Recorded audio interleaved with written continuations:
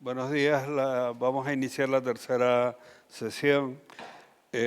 Ayer dos conferencias, se dictaron dos conferencias. La primera sobre aspectos geoestratégicos, institucionales, políticos y un poco económicos. La segunda sobre los aspectos militares de la geoestrategia. Y hoy vamos a continuar con la tercera conferencia a cargo de doña Ana del Paso Gallego, que la presento brevemente, un resumen de su largo currículum. Es profesora ayudante doctora en la Facultad de Ciencias de la Información de la Universidad Complutense de Madrid, con experiencia docente internacional y en varias universidades españolas. Periodista especializada en conflictos y redactora de Internacional en medios como la agencia EFE, Época, la Gaceta de los Negocios y colaboradora habitual de France 24 Horas, El Mundo, Onda Cero Radio, entre otros. Analista y consultora para la Unión Europea y para Eurocea.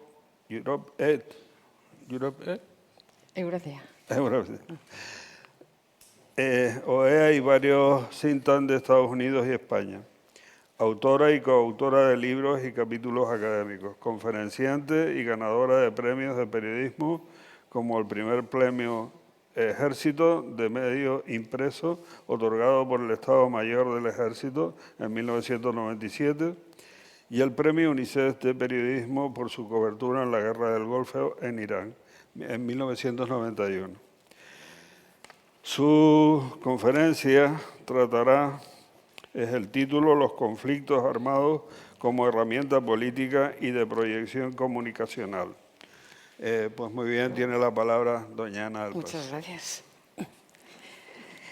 Buenos días a todos y a todas. Es un placer tenerles aquí en esta isla tan bonita y en esta ciudad tan bonita que he descubierto. Hoy he tenido la oportunidad de pasear y por las calles, hablar con gente, tomarme un café en una terraza y me parece un sitio idílico para trabajar, para vivir, para escribir, para pensar y para ser feliz. Agradezco a la Fundación, al Ayuntamiento y a la Caja que me hayan escogido para dar esta conferencia sobre conflictos armados como herramienta política. Y como ha dicho el profesor catedrático, pues yo tengo experiencia tanto sobre terreno que, aunque ya he pasado el testigo a periodistas más jóvenes, y ahora pues imparto en las universidades y escribo desde el punto de vista de análisis de información, de documentación y de contraste.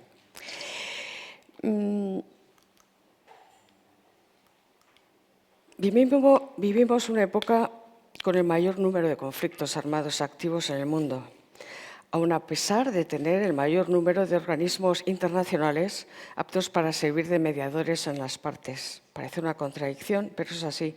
A veces piensas, bueno, ¿y los organismos internacionales mediadores han perdido crédito, funcionalidad, interés, no se les oye? Bueno, hemos visto sucesos en el Consejo de Seguridad de Naciones Unidas o en la Unión Europea que han intentado parar guerras como en Ucrania, la invasión de Rusia a Ucrania o Gaza y Palestina. Yo lo llamo Palestina, pero puede ser Gaza. Entonces, sin embargo, no han funcionado como mediadores.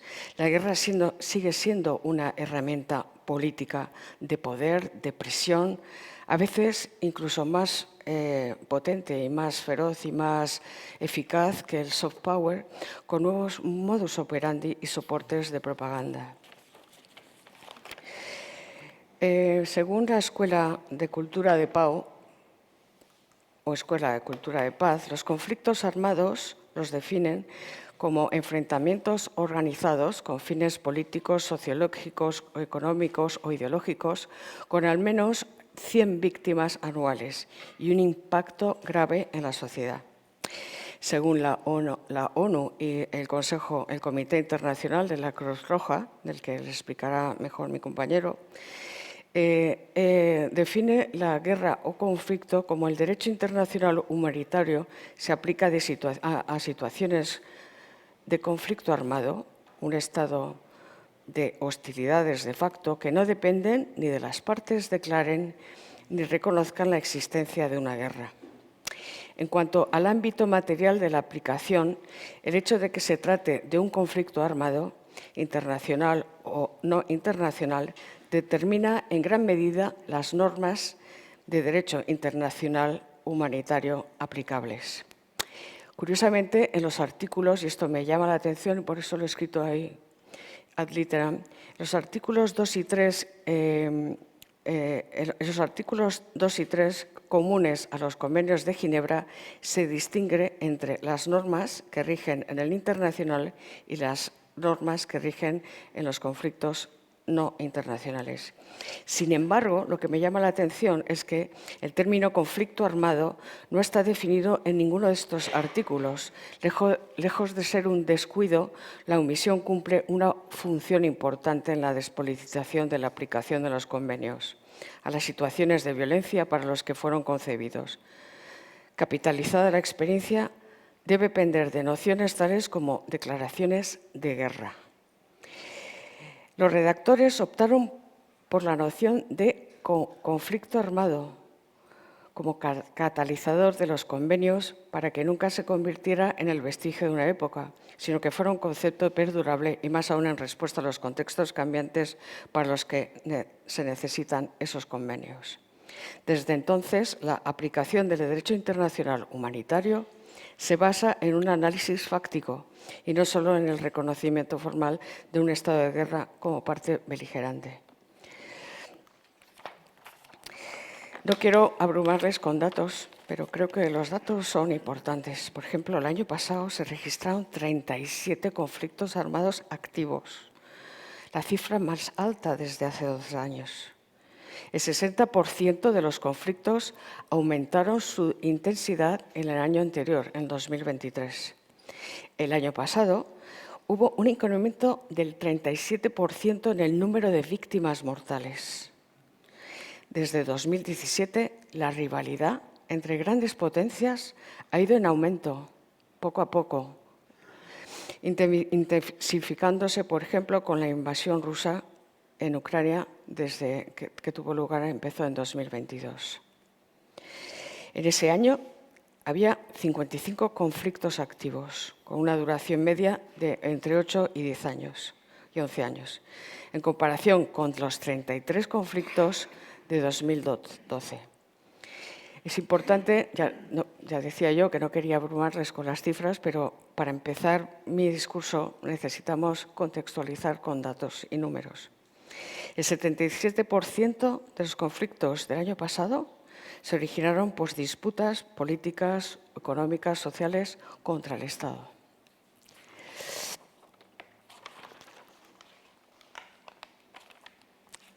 ¿Qué se persigue con un conflicto? La instrumentalización del conflicto sirve para, primero, consolidar el poder interno. Lo estamos viendo en Rusia, lo vimos en Rusia con Chechenia, lo estamos viendo en Myanmar y lo hemos visto en Siria. Segundo, redirigir las tensiones sociales. Eso lo vemos prácticamente de facto en el conflicto entre Israel y Gaza. Tercero, reconfigurar el orden internacional. Esto lo estamos viendo en la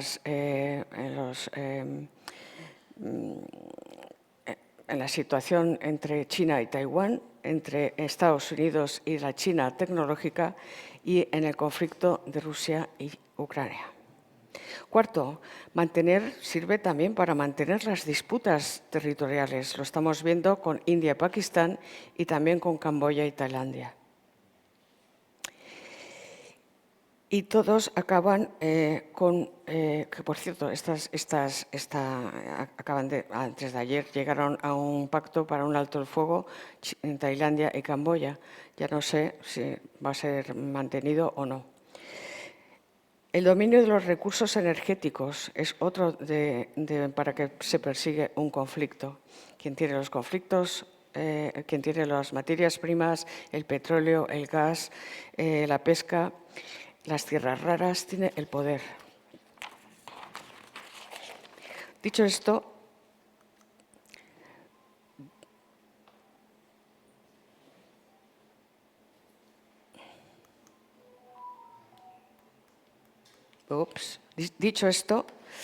el título de mi conferencia nos lleva a la narrativa de la guerra.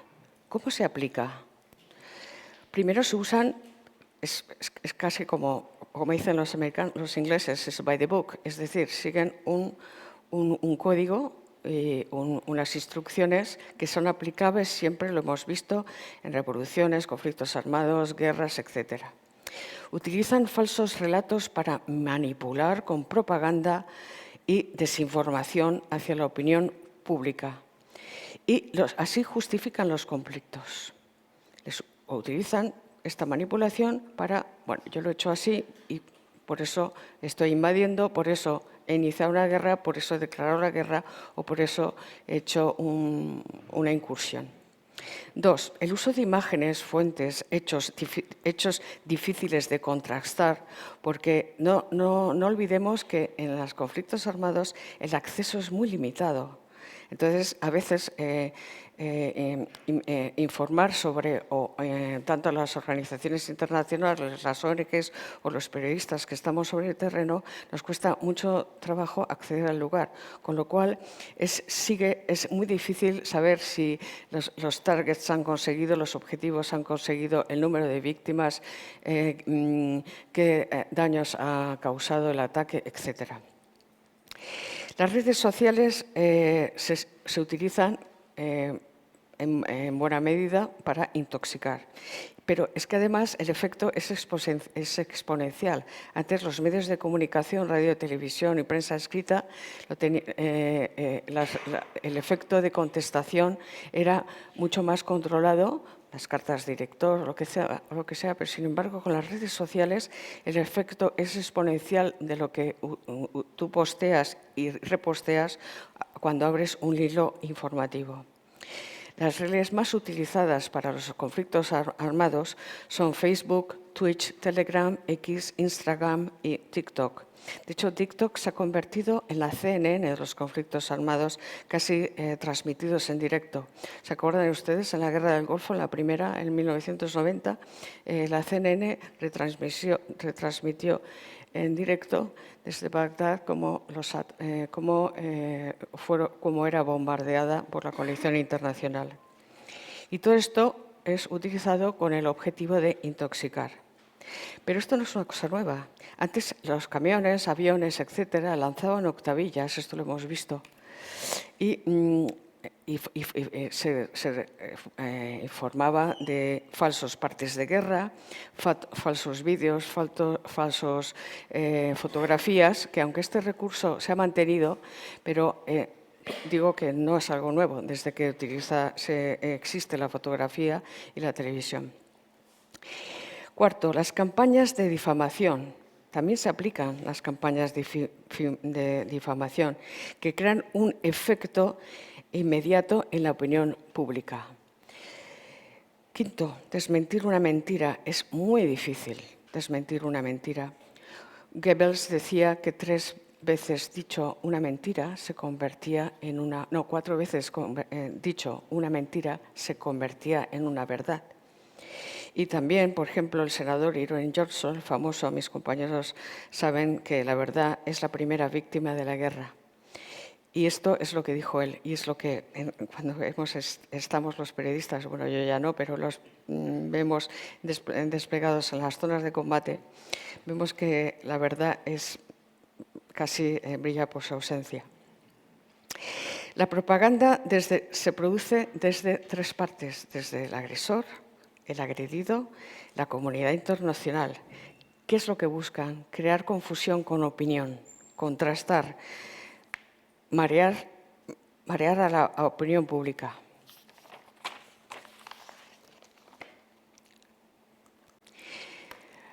Pero por suerte, tenemos las redes sociales, pero por suerte disponemos de herramientas para controlar los bulos. No son perfectas, yo creo que son pocas de momento, y hasta que no se pueda hacer de una forma más inmediata, tal vez con inteligencia artificial, etcétera, pues estamos muy limitados. Tenemos los verificadores y grupos de medios para combatir la información, la desinformación. No sé si ustedes conocen el International Fact Checking, que es un organismo buenísimo porque puede hacer trabajos magníficos en los que han desmentido mucha palabrería y falsedades. También está Maldita, Boom, Facta, Demagog, Stop Fake o Fox Ukraine. Son algunas de estas verificadores y grupos de medios para combatir la desinformación. Hay que tener en cuenta que el tiempo es oro y en un conflicto armado mucho más. En las primeras 24 horas, que es cuando hay más atención por parte de la opinión pública centrada en ese estallido de conflicto, se pueden llegar a montar hasta 150 bulos. Entonces, claro, la velocidad en la que tú verificas la falsedad o no de ese bulo, de esa noticia, perdón, va mucho más lenta que la generación de bulos. Los ejemplos hemos visto, por ejemplo, los paracaidistas que aterrizaron, los paracaidistas rusos que supuestamente fueron lanzados sobre Ucrania, o el avión ruso abatido por los ucranianos. Esto era en realidad un juego de War Thunder. ¿O se acuerdan ustedes de la explosión en Tianjin, en China, que dijeron que había tenido lugar en Tarragona? Esto fue en el 2015. O que también se utilizaron esas mismas imágenes para decir que Irán había atacado Tel Aviv. Bueno, pues la imagen vale más que mis palabras y caló bastante en la opinión pública.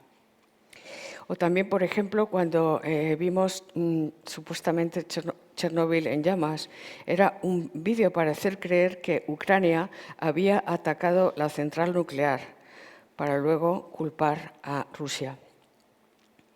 Y ya, pues, bueno, de traca fue, perdone por pero de traca fue la portada del Times con Putin, con media cara de Putin, la otra media cara que era de Hitler.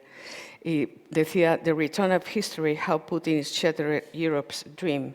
Es decir, Putin, el retorno de la historia, la vuelta de la historia, cómo Putin destroza el sueño de los europeos.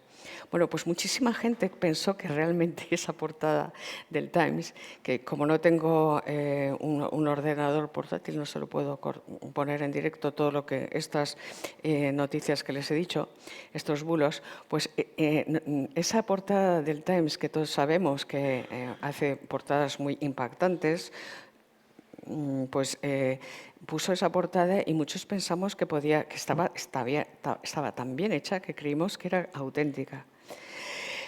Y bueno, también recordamos, por ejemplo, los niños muertos en incubadoras en Kuwait, ¿no? ¿Se acuerdan la niña esta que hablaba de que había visto niños muertos sacados de las incubadoras por parte de los militares iraquíes? Pues esto también fue verificado y era falso.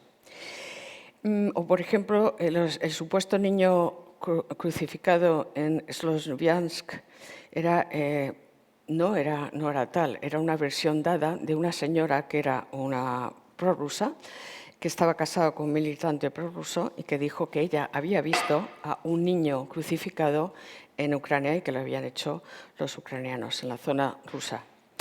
Se usan imágenes de otros acontecimientos para esconder una realidad. Por ejemplo, los rohingyas en Myanmar, se utilizan imágenes de Ruanda, todo para desenfocar la atención y desenfocar la realidad. ¿Cómo se hace para cambiar la realidad? ¿Cómo se hace? ¿Cómo tienes el tino de hacerlo? Y que no se note, claro. Se mezcla información oficial con bulos que se envían a través de agencias y de televisiones afines. Se seleccionan perfiles concretos con muchos seguidores, claro, e incluso también de influencer, con la credibilidad que tienen, pero la opinión pública no es tan profesional, digámoslo así.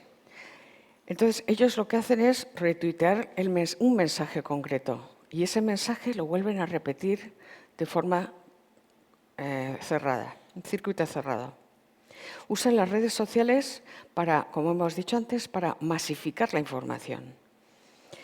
Usa falsos partes de guerra, acciones de desinformación, acciones de propaganda. Se miente por el número de bajas. Bueno, acuérdense que Putin no hablaba de muertos, se negaba a decir la palabra muertos. No, de hecho, no informaba de soldados muertos caídos en combate. Se miente sobre la situación del frente, de los objetivos alcanzados. Se magnifica la destrucción que se intenta hacer. Por ejemplo, acuérdense cuando cuando Estados Unidos alertó antes de la invasión a Ucrania, Estados Unidos alertó del movimiento de tropas en la frontera en Bielorrusia. ¿Qué decía la versión de los rusos, de Putin? Era que estaban haciendo unas maniobras conjuntas los rusos con Bielorrusia. Y además, ¿cómo lo engrandeció esto? Diciendo Rusia que Estados Unidos había hecho una conspiración, había lanzado una conspiración para dar a entender al mundo de que Rusia estaba invadiendo Ucrania o que estaban a punto de invadir Ucrania. De hecho, Putin llegó a decir que era una alerta histérica y nadie podía pensar, bueno, nadie, algunos no pensaban que el siguiente paso iba a cruzar la frontera por el norte, pero así pasó. Zelensky, desde 2022, vende otro mensaje completamente distinto, porque tiene que defenderse. Resistencia al pueblo ucraniano, que la invasión rusa pasará en otros países europeos y que necesitan apoyo internacional. Además de que el daño, las consecuencias humanitarias que se está teniendo a cabo el conflicto de Rusia con Ucrania son devastadoras.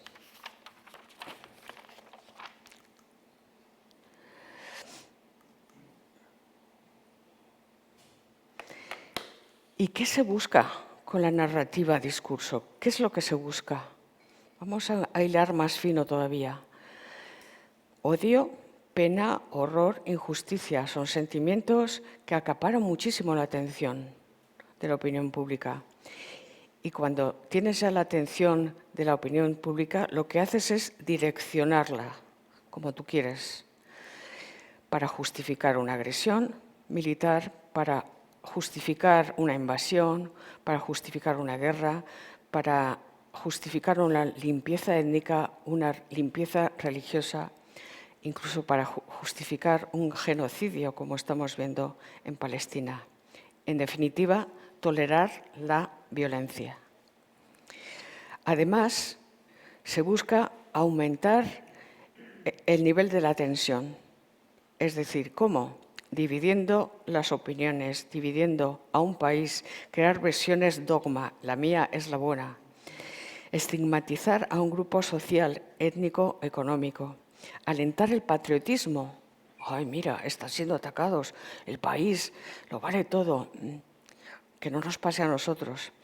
Y hacer creer, que es muy duro esto, hacer creer que no hay recursos para todos y que, por supuesto, no se pueden repartir. Objetivos claros, moldear la percepción de los hechos, justificar las acciones y pedir el apoyo popular. Una vez que se ha conseguido esto, tu campaña de propaganda es un éxito. Y para eso lleva pasos que hay que dar. Además de las redes sociales, se usa el soft power, los think tanks, que muchas veces en Estados Unidos o en Washington está la calle H, donde están todos los think tanks y también los lobbies, que están permitidos, no como en España todavía. Y entonces ahí se pone en marcha este mecanismo del soft power con los think tanks y agendas de eventos para generar mesas redondas, conferencias, visitas y tal, para generar opinión. Todo ellos en procesos que se hacen antes de la guerra, durante de la guerra y después de la guerra. Para, primero, moldear la percepción de los hechos. Segundo, para justificar las acciones, como hemos dicho antes. Y tercero, para pedir apoyo popular. Es decir, la opinión pública tiene que estar de mi parte.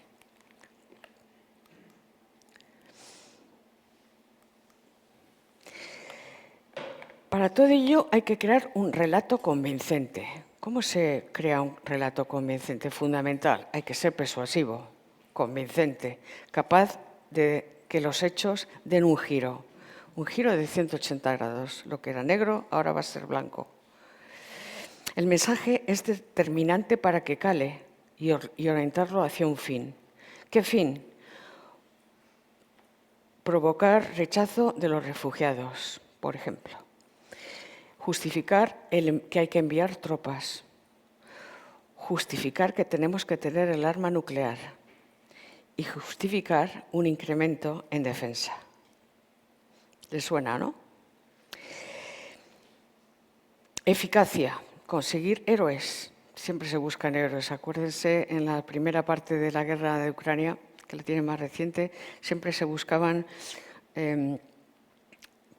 personificar la guerra con héroes. El que salvó niños de un orfanato, salvó a ancianos de un hospital o de una residencia de mayores, etc. Sacrificios de la patria. Esto es un mensaje. Nos sacrificamos porque no podemos dejar que los malos nos ganen. Sacrificamos porque no podemos tolerar que la facción, que Ucrania se vuelva nazi. Recordar cómo se acabó, se utilizan recursos como el recordar cómo se acaba con sátrapas, dictadores y terroristas. Por ejemplo, se trae a la mente cómo se acabó con Bin Laden, Saddam Hussein, Muammar Gaddafi, Pol Pot, todos genocidas, terroristas y dictadores, como he dicho. El mensaje en Siria fue para acabar con el régimen de Assad, con la violencia sectaria, con el auge del terrorismo, los desplazamientos de población. El mensaje en Gaza es la violencia contra la población, la guerra del hambre, la limpieza étnica, la limpieza religiosa, la demolición de Gaza, las tensiones políticas y religiosas. El mensaje en Irak y en Afganistán, después del 11S, la lucha contra el terrorismo de Daesh justificó esa intervención de Estados Unidos en ambos países. Las consecuencias, impacto en los civiles, siempre llevan la peor parte y los periodistas hacemos hincapié en darles voz e imagen a los civiles porque no tienen otra escapatoria. Se crea una inestabilidad regional, auge del extremismo y de nuevos grupos terroristas. En África hemos visto, por ejemplo, en Sudán del Sur, en Eritrea, en República Popular del Congo, en Somalia, en Ruanda, en Angola, en Liberia o en Malí. Pero por citar algunos países, Malí por citar a Sahel, Magreb, es la narrativa de la violencia étnica. Ese es el mensaje que utiliza. La violencia étnica, la corrupción en la explotación de los recursos naturales, la fragilidad del Estado, el Estado fallido. Los resultados son básicos. Otra vez, el impacto que crea en la población civil, que es la que padece las torturas, las muertes, las violaciones, los saqueos de sus bienes. La destrucción de infraestructuras y propiedades, arrasar el país. El masivo desplazamiento de civiles. ¿Cuántas veces vemos refugiados y desde hace cuánto vemos campos de refugiados? Jordania tiene el mayor número de refugiados del mundo y el que lleva más tiempo en alto. Se crea un estrés postraumático a la población difícilmente curable, que mantiene por generaciones. De hecho, se dice que en Ucrania hay 2 generaciones que se las da por perdidas. En la inestabilidad regional, el efecto dominó. El auge de los extremismos crea tanto los populismos como el far right, la extrema derecha. ¿Y qué otro resultado ofrece? La aparición de nuevos grupos terroristas.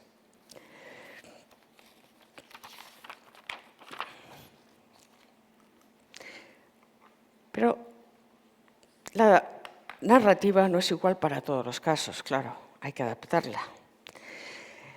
Hay que adaptarlo si es un conflicto híbrido, si es un conflicto multiétnico, si es un conflicto transnacional o con una coalición internacional. Si esa coalición es la OTAN, es la Unión Europea, está auspiciado por la ONU o otras organizaciones internacionales y lo que mencionamos antes. Hay que elegir la justificación de la violencia. Se explican las razones de la guerra, por qué se ha iniciado esa guerra. Puede ser autodefensa, para mantener una supuesta democracia, para que no nos quiten la libertad o por justicia. Hay que deshumanizar al enemigo. Van a acabar con nosotros, nos van a masacrar, van a arrasar el país. Matan, violan, es el demonio. No respetan los derechos humanos, amenazan la existencia del país. Nos van a aniquilar. Eso es un mensaje que se ve siempre en todos los conflictos armados. Es una técnica. Y luego esto, como he dicho y reitero, siempre hay que mantenerlo antes de la guerra, durante la guerra y después de la guerra. Yo siempre he dicho que cubrir un post-conflicto es lo más difícil. Es mucho más, para un periodista, es mucho más fácil el pre y el durante. El post-conflicto es el sálvese quien pueda. Hay que controlar la información, pero tanto la salida como la entrada de noticias en audiencias, controlar la censura o desacreditar la fuente y los datos. Eso, no, si lo ha dicho tal, es mentira. Desacreditar a una persona, a una fuente, a un organismo, es una herramienta muy eficaz. Entonces, para ello aplican también la contranarrativa, es decir, lanzar mensajes favorecedores de lo que se ha hecho, aun sabiendo que está mal, y blanquear la imagen. ¿Y cómo se blanquea la imagen?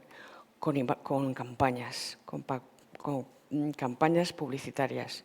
Y ahora, con la irrupción de la inteligencia artificial, lo vamos a tener bastante complicado, porque dentro de 5 a 10 años no vamos a poder controlar o verificar tan fácilmente como hasta ahora, y toco madera, qué es lo real de lo que es no real.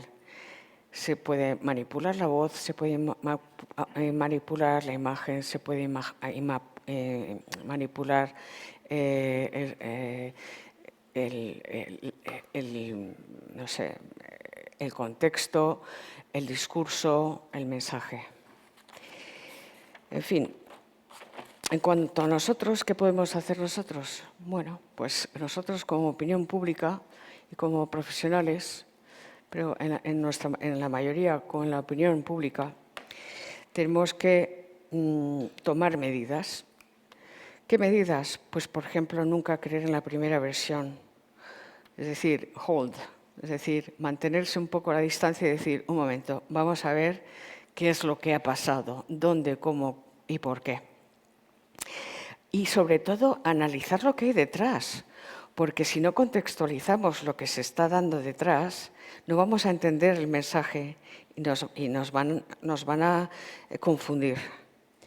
Y ser, sobre todo, conscientes de nuestros actos, en donde nos informamos, de quién nos inspiramos y qué es lo que nos creemos y cómo manejamos las redes sociales, porque nosotros mismos, retuiteando un bulo, hacemos muchísimo daño, aunque seamos civiles de a pie.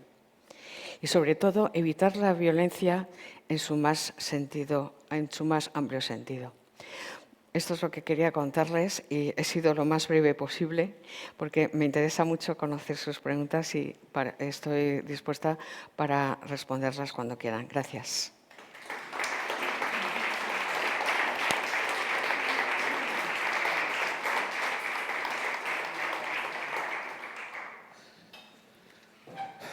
Bien, pues comenzamos. Tienen ustedes ahora la palabra y les ruego, por favor, que las intervenciones sean breves para que puedan darse la mayor cantidad de intervenciones posible. Sí, adelante, por favor. Bueno, pues salud a todas la ciudadanía presente. Mi primera pregunta es muy sencilla. Hablaste de la China tecnológica. Ya no es la República Popular China que era comunista. Y la otra pregunta es, ¿debemos los países que se dicen democráticos, cuando hablo de democracia participativa, buscar procedimientos para informar, educar, para evitar que la publicidad y la propaganda infieran en la conducta de la sociedad? Muchas gracias. Dos preguntas muy interesantes.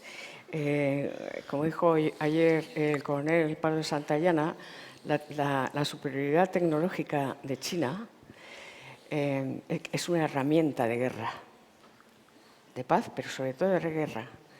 Y está muy superior al resto de países. Con lo cual, Estados Unidos no puede alcanzar la rapidez con la que quisiera a esa tecnología de China. Entonces, ¿qué pasa? Que el discurso que pueden lanzar es bastante más peligroso, puesto que puede llegar más lejos. Lo hace más rápido y luego con muchos medios de comunicación, como nos enseñó ayer el coronel, de los que la mayoría no conocemos, y bueno, también nos lo enseñó Josep Borrell. Hay muchísimas startups, muchas empresas chinas de las que no conocemos y que la mayoría, como decían ayer, son desconocidas para nosotros, pero que llevan años trabajando con inteligencia artificial y con redes sociales, etcétera, con las TECs para emitir y difundir información y mensajes. Es normal. Antes el soft power en Estados Unidos se creó, Hollywood y tal. Nos querían hacer creer todos los beneficios y las maravillas del capitalismo. Eso era otra herramienta. Y con respecto a lo segundo, sí, hay un periodismo de prevención. Hay muchos periodistas hay muchos periodistas que se dedican al periodismo de prevención, es decir, a informar, a escribir, a hacer reportajes sobre qué medidas se pueden tomar para evitar los conflictos armados. Pero no lo hacemos solo los periodistas, lo hacen organizaciones internacionales, organizaciones no gubernamentales, es decir, hay infinidad de organismos. Pero lo que estamos viendo es que, bueno, desde la Segunda Guerra Mundial hasta ahora, ha funcionado. Es decir, cuando a mí, por ejemplo, me dicen es que la ONU no saca adelante nada, no consigue nada, digo, bueno, a ver, es muy difícil. Pero además, el Consejo de Seguridad de Naciones Unidas, formado por 5 países, los que ganaron la Segunda Guerra Mundial, está dividido. Ahora está dividido. Hay 2 facciones.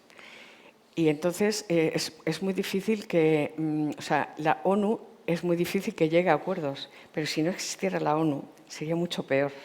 Es decir, la cantidad de conflictos armados, genocidios, etcétera, que ha evitado la ONU ya merece su existencia.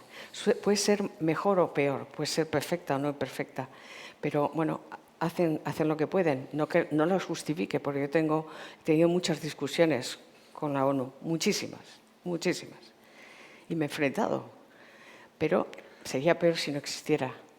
Y con otros hay montones de organismos, ASEAN, los BRICS, Parlamento Europeo, la Comisión Europea, la Unión Europea, es decir, todos llevan a negociaciones que no sirven para mucho. Bueno, sería mejor que existan que no existan. Y bueno, se trabaja mucho en la información de prevención de guerras, pero Por supuesto, siempre hay intereses económicos que para mí, desde mi punto de vista, son el actor común de todas ellas. Es decir, el brote de estos conflictos armados suele ser razones económicas. Me siento. Si quieres, vamos. Si te sientas más cómodo. Me dice que me siente. Bueno, igual. Ay, pero es que entonces no les veo. ¿Alguna otra pregunta? Perdón. Sí. Vamos a ver. Se me oye bien. Buenos días. Por lo que acabo de oír, más lo que yo ya vengo trabajado, me hubiese gustado preguntarle ayer también al coronel Santayana. Pardo de Santayana. Podemos aprovechar que está aquí. Efectivamente, por eso lo hago. Podríamos decir que la ONU, que está mantenida supuestamente por todos los componentes, el dinero no llueve del cielo, luego lo pagamos los contribuyentes. ¿Quién controla al controlador? ¿Quién controla al controlador? Sí, la ONU controla. Hay organismos como la OTAN, la Unión Europea y tal, supuestamente todos pagados con nuestros impuestos y algunas empresas y multinacionales. Pero ¿quién controla que realmente el fin para el que fueron creados, que en el 45 se pensó que nunca más volvería a pasar esto, la vergüenza de lo que está pasando hoy en día en Gaza y en otros muchos sitios? No hay nadie que controle lo que está pasando en esos organismos internacionales con ese dinero. Yo le pregunto a usted, ¿por qué combina las organizaciones internacionales gubernamentales, no gubernamentales, con las multinacionales? Porque, por lo que tengo entendido, se subvencionan no solo con los impuestos que pagan, o sea, con lo que da cada país en un porcentaje determinado de su participación en la ONU, sino que también hay determinadas empresas que aportan capital para mantener toda esa infraestructura. No hay más que ver la cantidad de asistentes a las asambleas, cómo se mantiene todo eso. ¿Usted cree que las multinacionales... No, se lo pregunto. No sé. Lo pregunto. A ver, es que aquí hay una mezcla de conceptos que no casa. Pues alúmbreme usted, por favor. Lo que yo sí quiero decir, y le agradezco también la pregunta, es que ¿quién controla la OTAN? ¿Quién controla la ONU? ¿Quién controla la Unión Europea? Los miembros. Los miembros. Estadística se hace a final de año. A ver, ¿me deja terminar? Sí, gracias. por favor. Hay una serie de reglamentos, hay una serie de herramientas, hay una serie de consejos que se celebran con una serie de periodicidad en la que se supone que se pone negro sobre blanco. Que no es perfecta, no es perfecta. Seguro que la Junta de Vecinos de su caso tampoco es perfecta cuando recibe el papel de lo que se ha hablado en la Junta. Pero no quiero mezclar una Junta de Vecinos con la ONU, porque sería simplificar demasiado las cosas. Pero controlar, se autocontrolan. Y luego la opinión pública y todos los países tienen el derecho de poder criticar a la ONU, a la OTAN, a la Unión Europea y todo. Yo creo que el ciudadano de pie teníamos tanta fe en esos organismos internacionales que nos creíamos todo. Y cuando hemos visto lo que pasa con los derechos humanos en determinados países, la verdad es que a mí se me ha venido abajo el esquema que tenía como ciudadana de a pie, que es que no lo entiendo. A ver, le voy a decir una cosa. Yo he cubierto las 5 guerras balcánicas y he estado 6 veces en Afganistán. Más que eso, ¿sabe lo que más me duele? Dígame. Ver representantes de la ONU hacer cosas que no tienen que hacer, como visitar, por ejemplo, no sé, salas le entiendo. Entonces, eso me molesta más. Eso es personificar, es decir, que en un cesto, o sea, porque haya una oveja negra no quiere decir que todas las ovejas sean negras, pero es decir, entiendo su enfado lo entiendo. Yo también, pero también le puedo decir, yo no trabajo para la ONU, yo trabajo para la Complutense. Ya le he dicho que he tenido muchos enfrentamientos que no se puede hacer usted la idea, porque no me han dejado acceder, porque no he podido entrar a los campos de refugiados, porque no me han dejado ir por un sitio, porque no me dejaban ver cómo se intercambiaba, el intercambio de prisioneros, porque no me han dejado ver cómo se entregaban armamento. Entonces, entiendo su cabreo, pero es que el mío, intentando trabajar sobre el terreno y venían los cascos azules o con el casco blanco de las Naciones Unidas, pues es bastante lamentable. Pero le digo, ¿quién los controla? Peor sería si no hubiera... Perdone, vamos a cambiar para no... Muchas gracias por la contestación, aunque creo que cada vez nos lo pone más difícil al ciudadano de a pie el entender lo que está pasando. Por favor.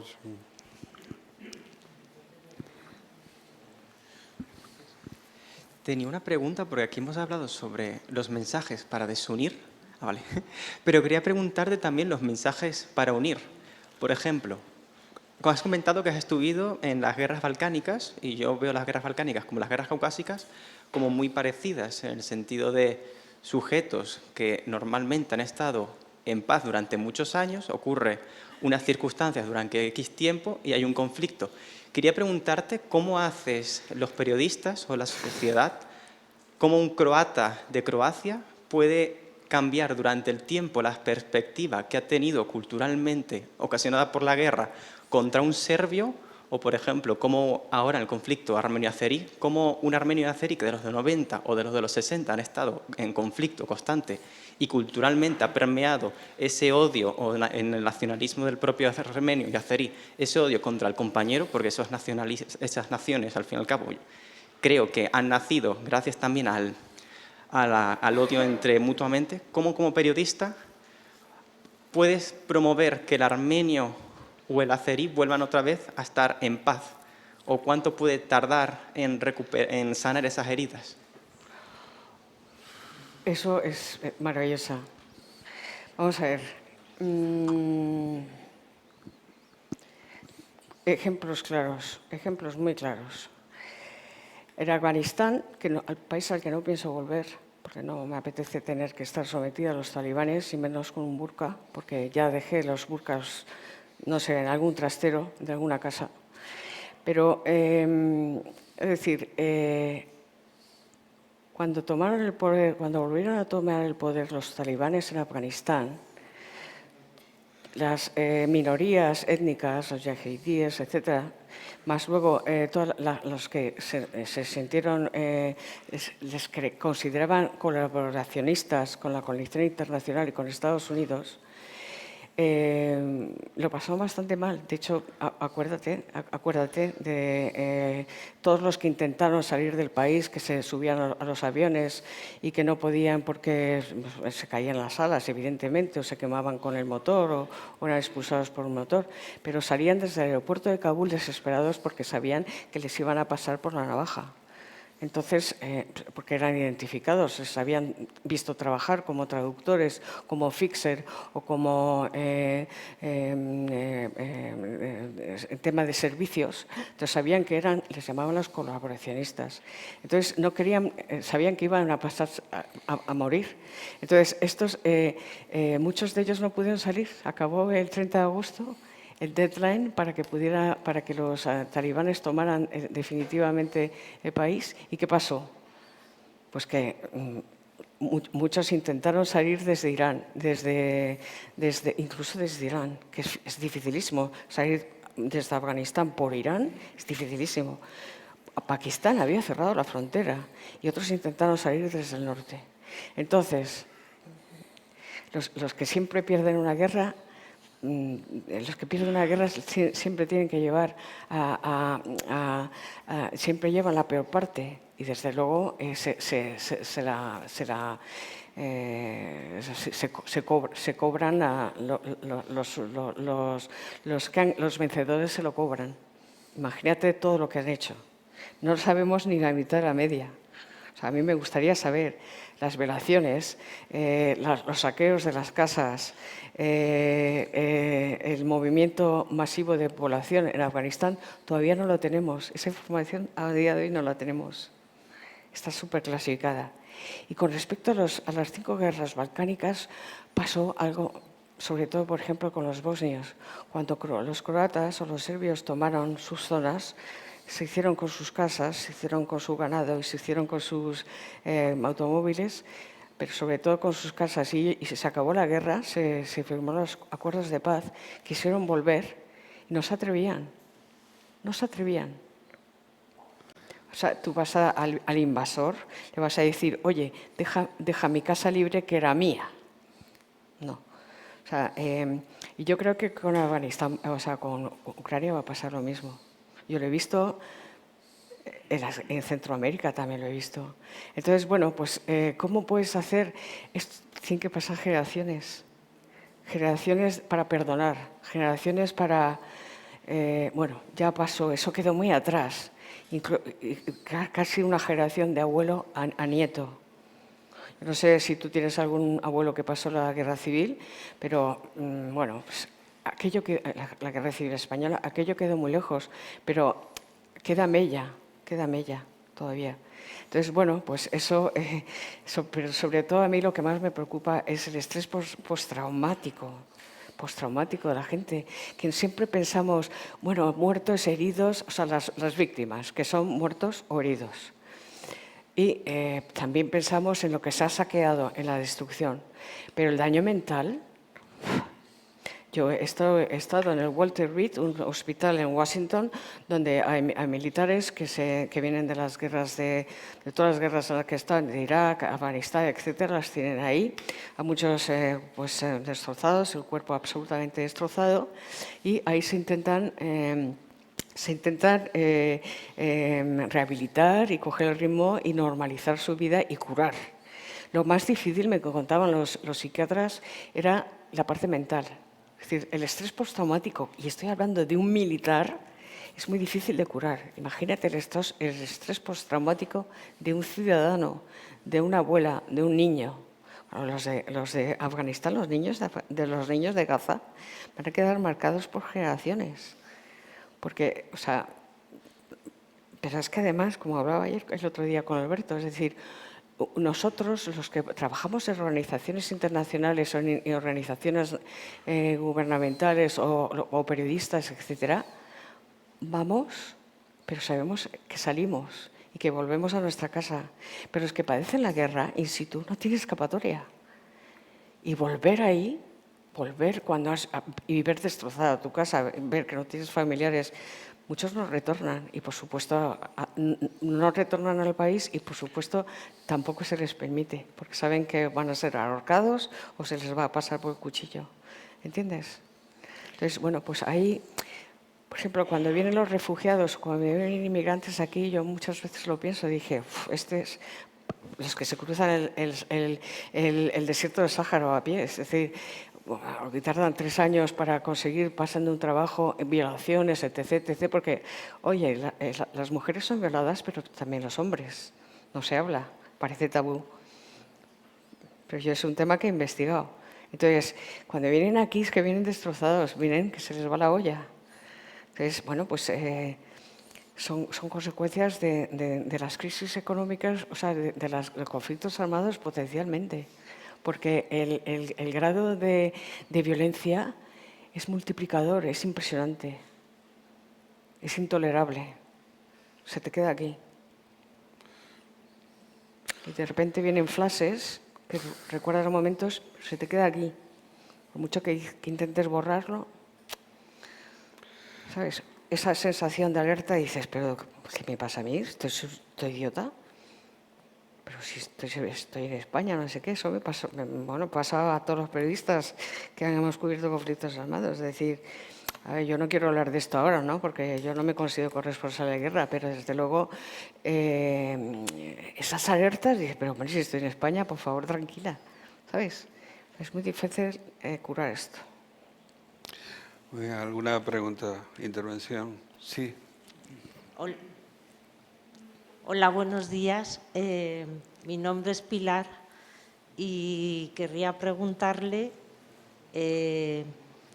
¿cómo podemos los ciudadanos, aparte de buscar periodistas que sean creíbles, ¿Cómo podemos qué, perdón? Sí, ¿cómo podemos luchar contra el callo este que nos está saliendo, tendiendo a la indiferencia, porque ya no nos creemos lo que vemos, lo que oímos, lo que leemos, porque yo al menos me siento constantemente manipulada.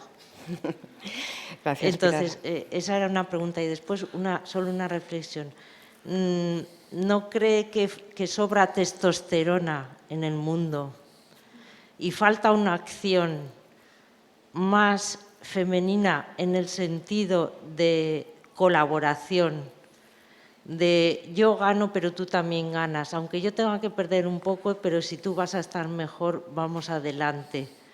Bueno, en el mundo, o sea, a mí la imagen que me quedó ayer y que me queda hoy son de señores con egos muy altos, con peleas por tener más, que económicamente tengo el ganar yo es porque tú pierdes, y no veo una salida.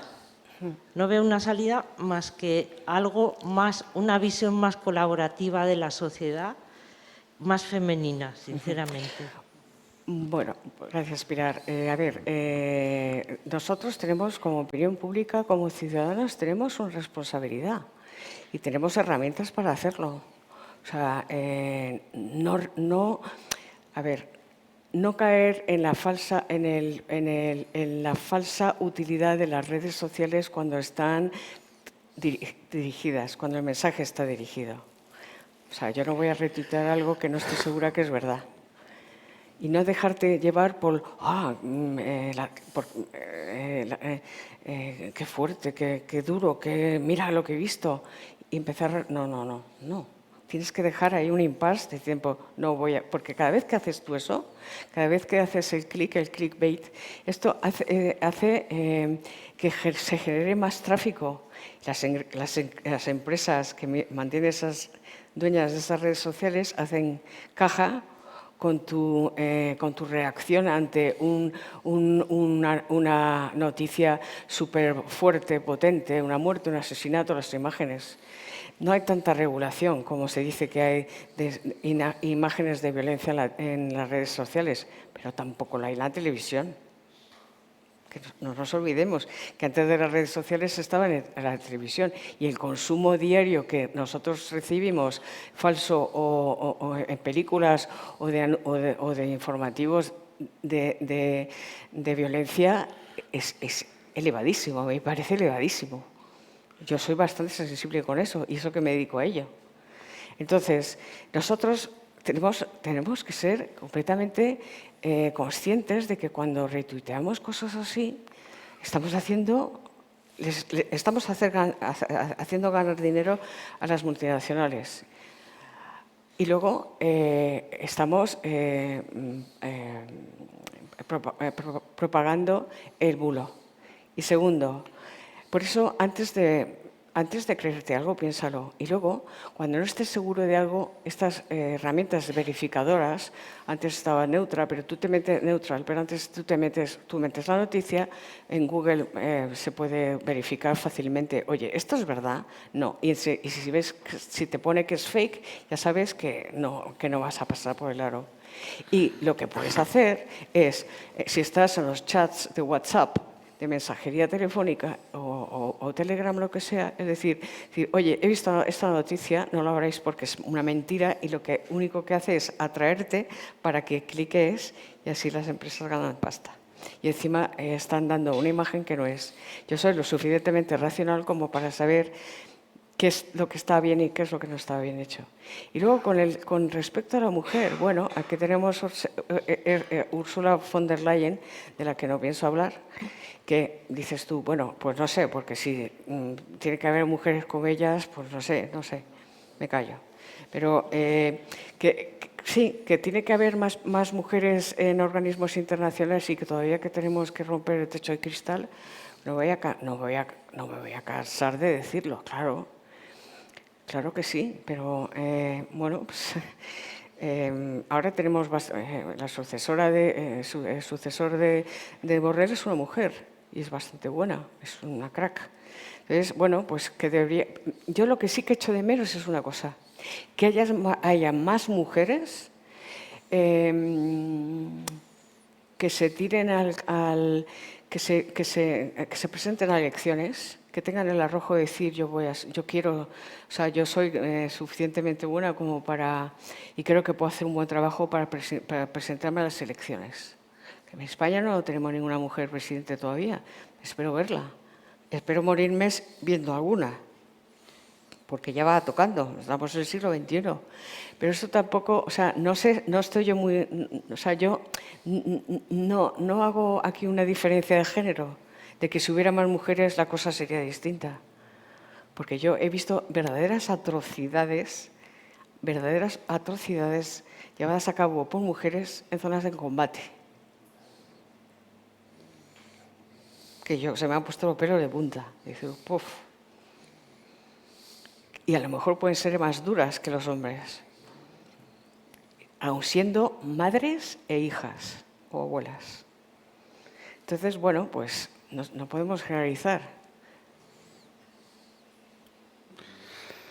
A ver, más, no sé quién va antes y quién va después. Sí. Yo tenía dos preguntas.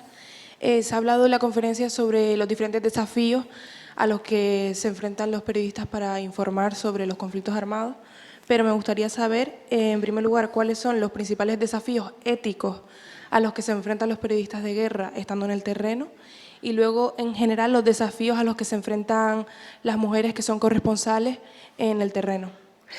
A ver, el desafío étnico depende de cuál sea tu etnia. Ético. Ah, ético. Uy, había entendido étnicos. ¿Cómo vales? Muchos.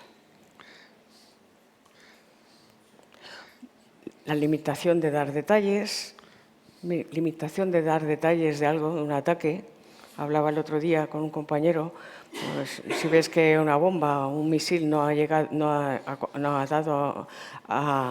alcanzado un objetivo, no puedes salir tú diciendo, es que he errado por 100 metros. Claro, el siguiente corriges la mira y zaca. No, eso es un desafío. Luego, desafío, hay muchas veces que tienes información que no puedes dar, porque afecta a la seguridad de la población. Y yo, desde luego, Kapuczynski, en Angola, es un ejemplo. Tenía una exclusiva, de hecho era, sí, una exclusiva internacional, él no la dio. ¿Por qué? Porque haber informado su periódico polaco de esa información hubiera cambiado la dirección del conflicto, 180 grados. Entonces, luego, tenemos que autocensurarnos, yo lo digo claramente, con las imágenes. No puedes, o sea, está el respeto, la dignidad de la persona. Yo no hago fotografías de machacados, no la quiero ni siquiera en mi cámara, es decir, o sea, pero cuando yo he dejado la información sobre el terreno hace tiempo, pero es decir, esos son, y luego por supuesto, la presión que tenemos desde las redacciones en Madrid o donde sean, desde donde esté tu redacción, para informar de una cosa cuando no es así, pues ahí te la juegas, pero es tu dignidad. Y pues mira, yo no voy a dar esta versión porque, en fin, el salario no da para todo. O sea, no me vas a comprar para que yo dé una versión. Y luego, por ejemplo, si estás en un sitio y no te dejan informar, siempre, y esto es importantísimo, tienes que informar en el contexto, en las circunstancias y en la situación en la que te encuentras para no poder hacer más. Es decir, yo estoy en este sitio, pero no me permiten acceder al otro lado porque como periodista, para ejercer mis derechos y mi trabajo de información, con lo cual solo les puedo dar la perspectiva esta, no aquella, aunque yo quisiera. O cuando la pregunta de tal no me ha querido contestar. Es decir, lo dejas bien claro para que la gente diga, joder, ella lo ha intentado, pero está muy limitada. Pues eso se llama contextualizar. Y bueno, pues hay muchos más. Sobre todo, no perder el respeto a la población civil. Porque, ya te digo, para mí es lo más importante. Y la dignidad de la persona hay que respetarla por encima de todo. Yo no gano haciendo ahí, no me gusta hacer periodismo amarillo, sensacionalista, de la crudeza, porque ya es cruda la propia realidad como para que yo encima trafique con ella, ¿sabes? Bien, hay más preguntas, sí. Sí.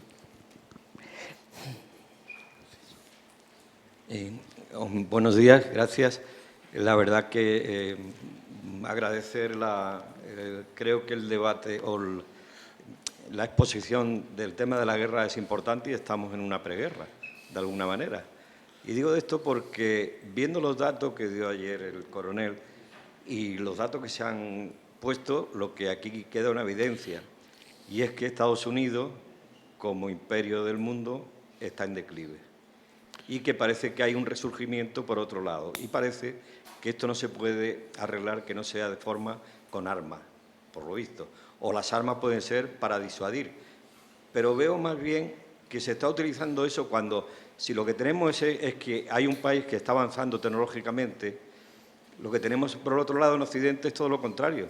Un país que está quitando las universidades, arrollando el conocimiento y quiero decir, en todas las facetas totalmente contrarias. Sí. La cuestión es, no nos queda otra opción más que ir a la guerra, porque parece que lo que nos estamos preparando es para una guerra. Más armamento, más... bueno, lo que está pasando de Estados Unidos con Europa ya es una cosa que nunca nos lo pudimos imaginar.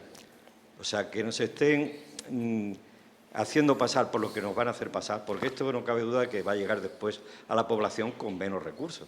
Es evidente, si lo vas a gastar en unas cosas, no lo tendrás que gastar en otras. Yo lo que veo, y se ha dado en el curso, es que no veo qué podemos hacer nosotros, o quiero decir la población en Europa, aceptar esto como irreversible. Gracias. ¿Se llama? Andrés. Andrés, gracias. A ver, no es ya un hegemón. Estados Unidos no es el hegemón. Está en decadencia. Entonces, ahora el mundo se está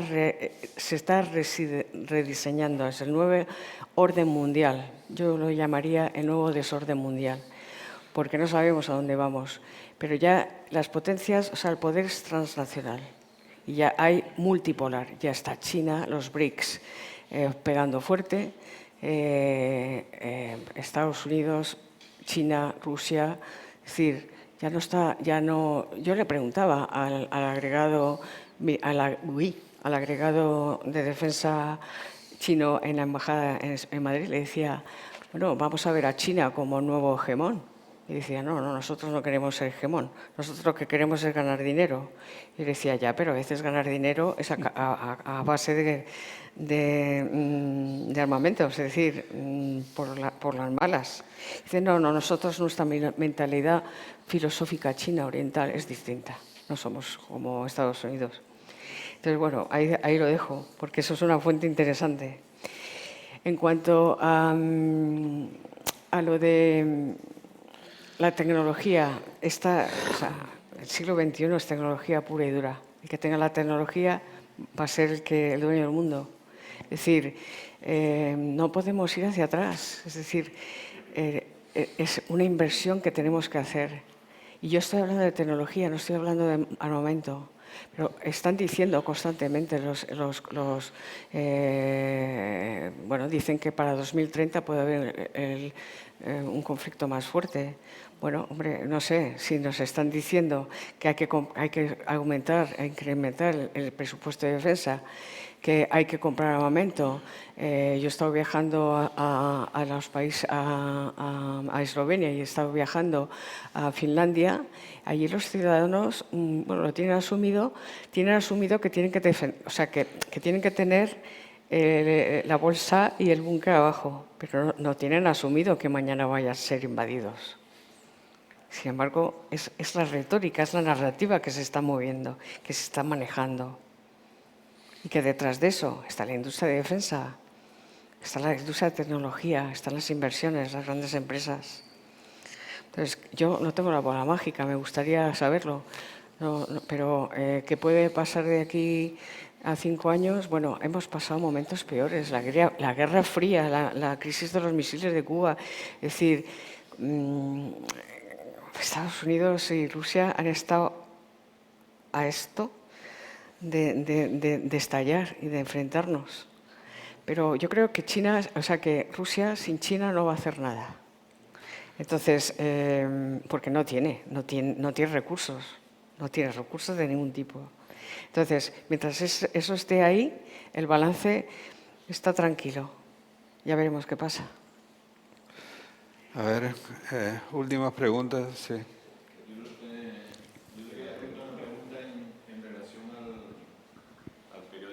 Hemos estado hablando de la manipulación de la información, de cómo a través de las redes, pero yo quería ir un poco más allá a lo general, ¿no? Porque la información está como occidentalizada, ¿no? Con este cambio, lo que comenta el compañero, la posición de Europa y demás, y creo que la información que nos llega está como muy controlada, ¿no? Realmente no es sobre lo que nos informa, sino sobre lo que no nos informa, ¿no? Hay un montón de conflictos en África y tal que no nos enteramos de nada, realmente no sabemos lo que significa China o lo que eso. Es como un control ahí constante, como que parece que el periodismo, creo yo, que necesita dar un paso o hacer algo porque forma parte de la rueda esta constante en la que estamos todos metidos, ¿no? Y a la hora de los ciudadanos a nivel personal de querer informarnos, las limitaciones son, independientemente de los bulos y de la manipulación. La pregunta concreta es, ¿hay posibilidades de que el periodismo se posicione, de que volvamos otra vez a un periodismo independiente y que de verdad tengan esa capacidad de informarnos? Esa pregunta se lo diría yo, lo siento, me vas a matar, al director informativo de Televisión Española. ¿Se la dejamos para después? Sí, espero. Me vas a matar. A ver, vamos a ver. Vamos a ver, ¿cómo empezamos? Nosotros... yo no me informo solo de un medio, me formo por muchos medios internacionales, españoles, en plataformas digitales, en televisión, radio. Pero es porque yo me dedico a eso y me gusta. Y también quiero saber. Pero lo que se transmite en los medios de comunicación es porque se supone que lo que más nos interesa a los españoles, y además de hecho es así, por lógica, es lo que está pasando en España. Y lo que está pasando en Europa, porque nosotros no formamos parte de Asia, no formamos parte del ASEAN, de los grupos de países de ASEAN. Entonces, lo que nos interesa es lo que pase en España, en Europa y en la Unión Europea. Si fuéramos un país asiático, Singapur, pues nos gustaría que sobre Asia, la zona y los grupos, las OIGs y ONGs como ASEAN que se dedican a eso, o los BRICS, etcétera, que centralizan la información en esa zona. Entonces, como a mí me interesa más la información nacional, no me interesa nada, me interesa más la información internacional, porque creo que nos va en ello la vida, pues lo que hago es diversificar las fuentes de información. Que yo quisiera que todos los días abrir un periódico o un informativo con una información de internacional, claro. Yo sí echo de menos más información internacional en los medios, pero también es muy cara. Aunque los precios de satélite han bajado, las retransmisiones de satélite han bajado, si se fija, los que están cubriendo zonas en conflicto, zonas o corresponsales incluso, son freelance. Voy a sacar dos cosas. Primero, la agencia EFE de El Cairo, donde yo estuve destinada como corresponsal.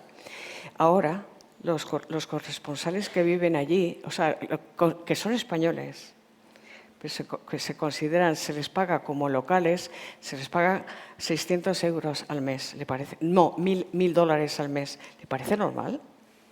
No, están mal pagados. Se ajustan mucho los precios para enviar a una persona a un conflicto armado porque las guerras son muy caras, carísimas. Transporte, los precios de los hoteles se disparan, la seguridad los seguros de vida son carísimos, o sea, los precios se disparan. Entonces, tiramos del pobre freelance que le pagamos los duros, desgraciadamente, y que me parece fatal. Espero que este tema se trate luego en la mesa redonda, porque me parece muy interesante. Y luego, pues eso, estamos abaratando la información. Entonces, tenemos a ese freelance que para conseguir algo, cubrir gastos del mes, tiene que trabajar para 15 medios de comunicación dando la misma noticia. Entonces, bueno, ¿qué podemos hacer? Pues informarnos de todo lo que podemos, esperar que los medios de comunicación españoles evolucionen hacia lo que hacen otras televisiones, otros medios de comunicación más internacionales, que no voy a citar ninguno, prensa escrita, etcétera, en donde hay más abanico y se cubre más de temas internacionales. Porque, como usted dice, a mí me gustaría saber lo que pasa en el Magreb, porque es que Marruecos está ahí. Malí está ahí, Argelia, las primaveras árabes. Solo se informó de eso cuando las primaveras árabes. Luego, si te he visto, no me acuerdo. O sea, por eso decía yo antes que el posconflicto es tan importante. Y hay que informar del posconflicto. Porque nosotros, se acaba la guerra y ya no se sabe más. Hombre, ¿no? Pero, claro, también las empresas privadas y las empresas públicas tienen unos gastos limitados y también no quieren perder dinero. Y, bueno, pues, ¿qué quieres tú hacer una información personificada? Pues búscate la vida. Eso es lo que yo veo. Bien, pues, última pregunta, breve. Perdone, pero es que teníamos fijado a las 11:15, perdone.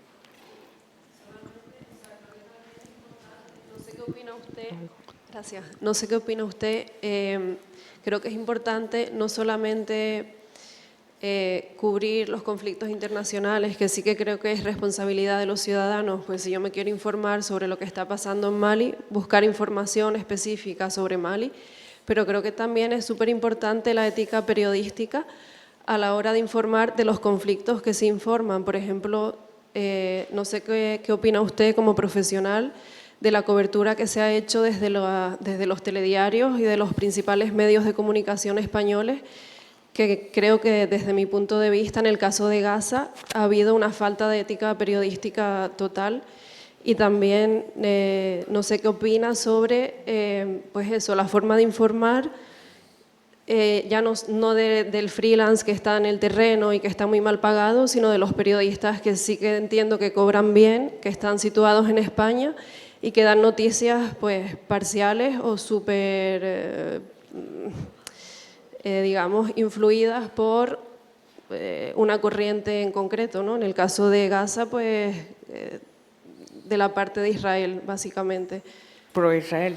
Ajá, sí, es decir, se dice muchas veces, han fallecido 40 personas en Gaza, como si murieran por causas naturales, cuando realmente Israel ha bombardeado un hospital, o sea...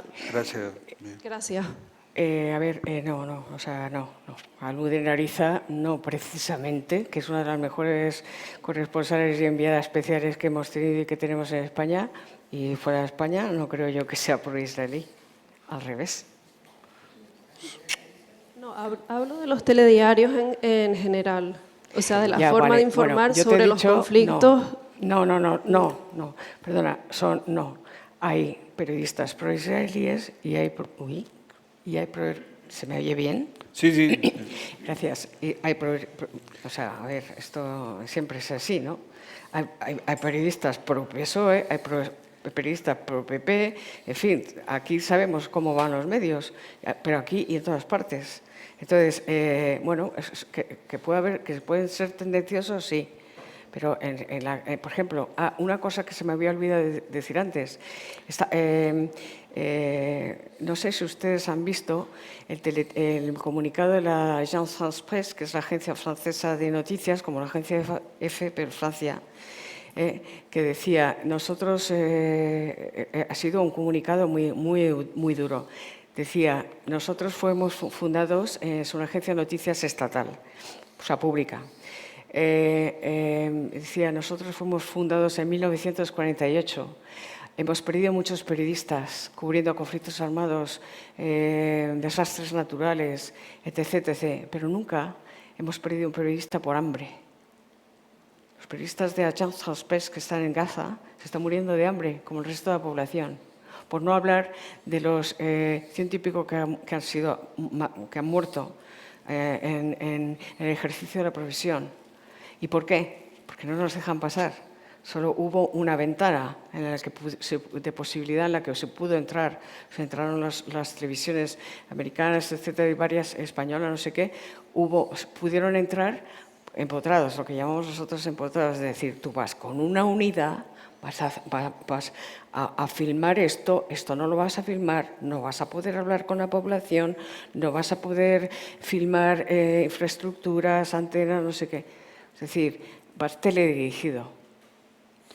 Entonces, como yo decía antes a este señor con la pregunta, tienes que contextualizar. Es decir, primero, si quieres o no, entrar en esas condiciones a Gaza, porque no entra nadie, ni Blas. Entonces, bueno, quiero decir de periodistas. Entonces, hay que decirlo, hay que decir, yo he entrado con una unidad militar a Gaza, israelí, cuya acceso a la información ha sido muy limitada, cuyos movimientos me han sido limitados y que he ido a los sitios donde ellos han querido. No he podido ejercer libremente mi profesión, pero esto es lo que yo puedo ofrecer. Entonces, ¿eso lo aceptas o no lo aceptas? Hay muchos periodistas que no lo aceptaron. Hay otros periodistas que sí, pero no es una decisión personal, es una decisión del medio de comunicación y no todos fueron invitados. En la primera guerra del Golfo las empresas obligaron a los... O sea, esto ya es el antiperiodismo. Es el antiperiodismo. Obligaron a los periodistas a salir de Bagdad pitando, porque iban a ser bombardeados por la coalición multinacional. Claro, no mal. Pero que te obliguen, pero si estás enviado especial allí para cubrir un conflicto armado, ¿cómo te vas a ir? ¿Cómo te vas a ir? Pero esto es de traca. Y no les quedó otro remedio. Por decir, bueno, pues si te matan, el periódico, la revista o la radio o la televisión no asume el seguro ni la repatriación del cadáver. Lo decían así. Se quedaron 8 periodistas, entre ellos 2 mujeres, Ángeles Espinosa, una mujer. Entonces, ¿qué pasa? Que muchas veces los periodistas nos gustaría hacer más cosas, pero también estamos muy limitados. Pero no son los periodistas, los observadores internacionales de traca, los que van de enviados o los mediadores de organismos internacionales, los que hacen ayuda humanitaria, también están muy limitados. Tenemos una margen de maniobra porque, bueno, hay muchos intereses en juego. Entonces, bueno, que podríamos hacer más, sí, que más quisiéramos, pero muchas veces no es porque nosotros no queremos, sino porque o desde el medio de comunicación para el que trabajamos nos lo imponen o porque nos lo imponen in situ, no dejándonos ir a la zona. Creo que te he respondido. Pues muchas gracias, Ana, por tu Gracias. fantástico.